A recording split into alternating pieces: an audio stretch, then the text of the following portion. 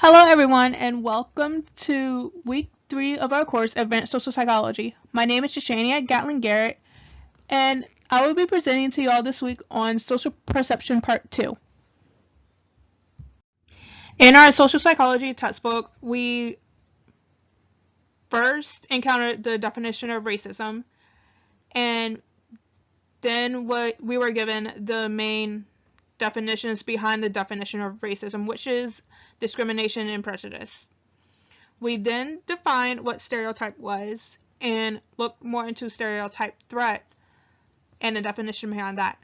Stereotype threats was described as something that can cause a disadvantage with an individual on their academic standings. We then looked at the causes of the problem, which were the main theories behind it, which included social categorization and social identity. We then discussed the solutions behind the problem, which include the use of the jigsaw classroom and the use of intergroups. In our theory textbook, we first looked at the dynamics behind discontent, which looked at why do we behave when we feel that we didn't receive something that was equal to another person or another group. We then look more at the definition behind social categorization, which states that we tend to put everyone in groups. And then we looked at social identity, which that topic looked behind in groups and outgroups. We then looked at social categorization theories, which stated that we can be categorized in terms of personal, me versus not me, or social, us versus them identities. In our journal articles, we first looked at musical preference and social identity, which stated in their main findings that social identity does have an association with self-esteem. And then our second study, it looked at how negative stereotypes can reduce social change influence. That compared an atypical feminist and a non-typical feminist and described the findings of which feminists that we will have more of a positive stereotype and negative stereotype. They found in the study that if we have more negative stereotype, then it could cause a problem with social change.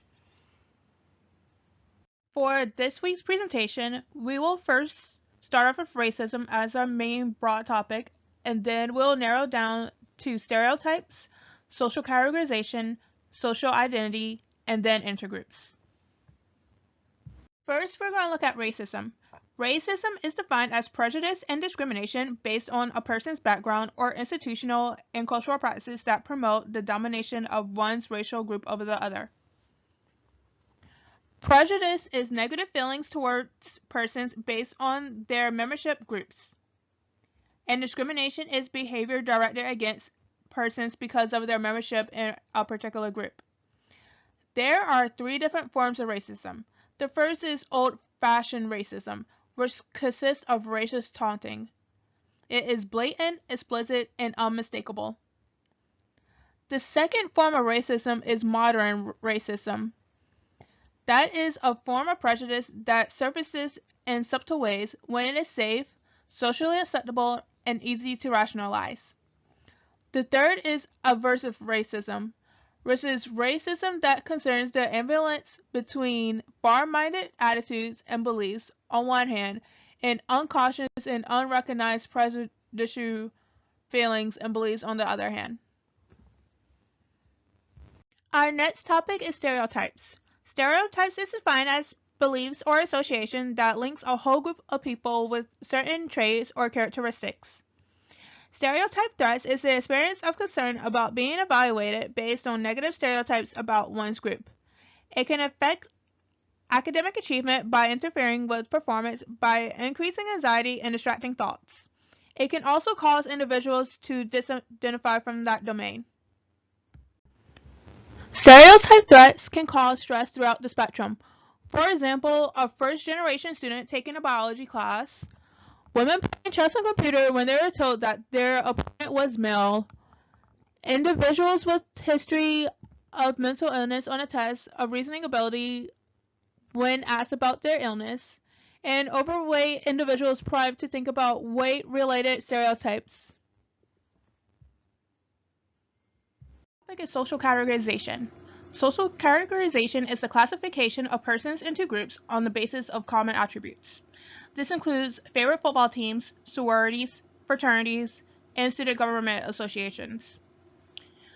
Social categorization consists of in-groups and out-groups.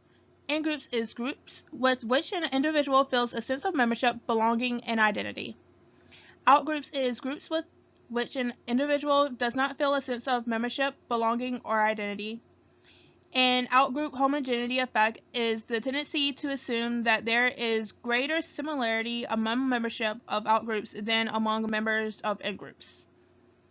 This can consist of Asians, where even though they're from different countries, people tend to feel that they're from a same location and have the same similarities among each other. Our next topic is social identity theory. This is a theory that people favor in-groups over out-groups in order to enhance their self-esteem. This explains in-group favoritism, the tendency to discriminate in favor of in-groups over out-groups.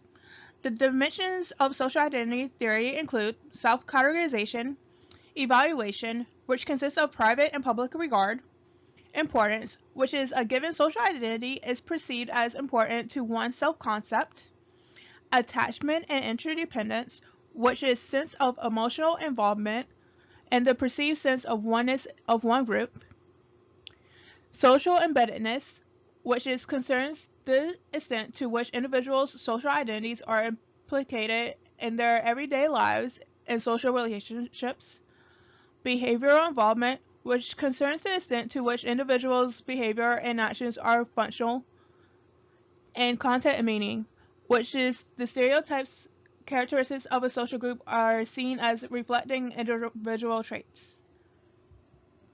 Our next topic is intergroup, and we're going to define contact hypothesis. The contact hypothesis states that direct contact between hostile groups will reduce intergroup prejudice under certain conditions. Those conditions include equal status, personal interaction, cooperative activities, and social norms. Research stated that contact reduces prejudice by enhancing knowledge about the outgroup, reducing anxiety about intergroup contact, and increase empathy and perspective talking. Under cooperative activities, one way that teachers and educators try to solve racism in classroom is through the Jigsaw Classroom. The Jigsaw Classroom is a cooperative learning method used to reduce racial prejudice through interaction and in-group efforts. So they had students who were different races try to solve a common goal in a classroom. So here's our discussion questions for this week. The first one includes Galatians 5:14 through 15, which states, "For the whole law can be summed up in this command: love your neighbor as you love yourself. But if you are always biting and devouring one another, watch out. Beware of destroying one another." Describe in-group bias and state ways we can better socialize someone who is in our outgroup without giving them negative stereotypes. Our second question is to describe how stereotype threat can impact a question who is new in the faith. In summary, we defined what racism was, and prejudice and discrimination, and looked at the three different types of racism, which includes old-fashioned racism, modern racism, and aversive racism. We then looked at stereotypes and defined what stereotype threat was. We also looked at how stereotype can affect people of different domains. We then looked at social categorization and defined in-groups, out-groups, and out-group homogeneity effects. We then looked at the social identity theory and see how it explains in-group favoritism, and then looked at the dimensions, which include seven of them. We finally looked at intergroups and defined what contact hypothesis was and the jigsaw classroom. We also looked at the conditions of how contact hypothesis can prevent prejudice. So each topic gave us a better understanding of how we could negatively perceive each other instead of positively perceiving each other. This concludes our presentation for today. I hope you guys have an awesome week.